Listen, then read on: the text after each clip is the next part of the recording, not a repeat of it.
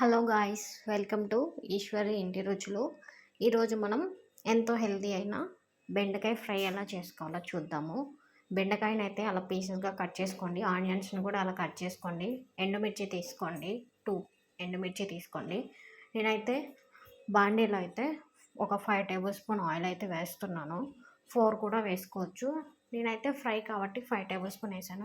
ఇవైతే తాలింపు గింజలు అయితే ఆయిల్లో వేసేసాక ఎండుమిర్చి వేసాను.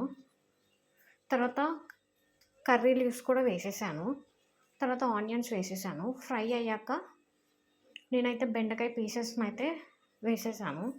వేసి మిక్స్ చేస్తున్నాను చూడండి. ఇవైతే మన హెల్త్కి కూడా మంచిది, అలాగే బ్రెయిన్ కూడా షార్ప్గా ఉంటుంది. అందుకోసం అయితే నేను బెండకాయ ఫ్రై చేస్తున్నాను. అంటే హెల్త్ ప్రిఫరెన్స్ అయితే నేను ఇస్తానండి, మీరు కూడా ట్రై చేయండి.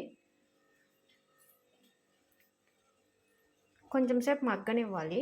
ఇప్పుడు నేనైతే 1 table spoon oil are salt అయితే యాడ్ చేశాను. 1.5 టేబుల్ స్పూన్ సాల్ట్ అయితే యాడ్ చేశాను నేను. అలాగే 1/2 టేబుల్ స్పూన్ పసుపు యాడ్ చేశాను. యాడ్ చేశాక మొత్తం మిక్స్ చేస్తున్నాను చూడండి. చూపించిన విధంగా అయితే మిక్స్ చేయండి.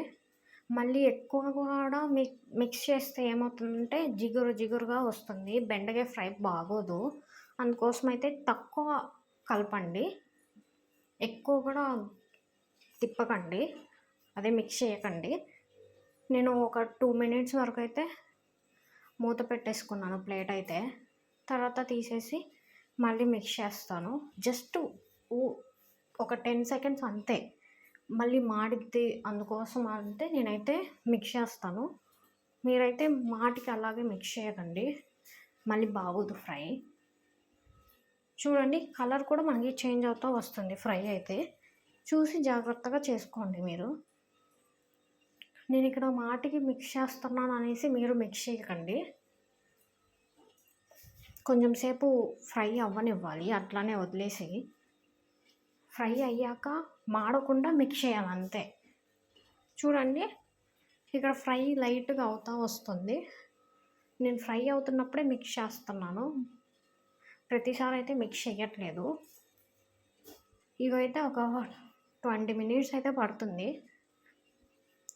ఇదంతా ఫ్రై అయిపోయాక నేనైతే కొబ్బరి కారం అయితే ముందే మేము ఇంట్లో వేసి పెట్టుకుంటాము. ఒక 3 టేబుల్ స్పూన్ కొబ్బరి కారం అయితే యాడ్ చేశాను. కారం కాకుండా కొబ్బరి కారం వేసుకోండి, టేస్ట్ అయితే బాగుంటుంది. కొబ్బరి కారం యాడ్ చేసేసి మిక్స్ చేస్తున్నాను.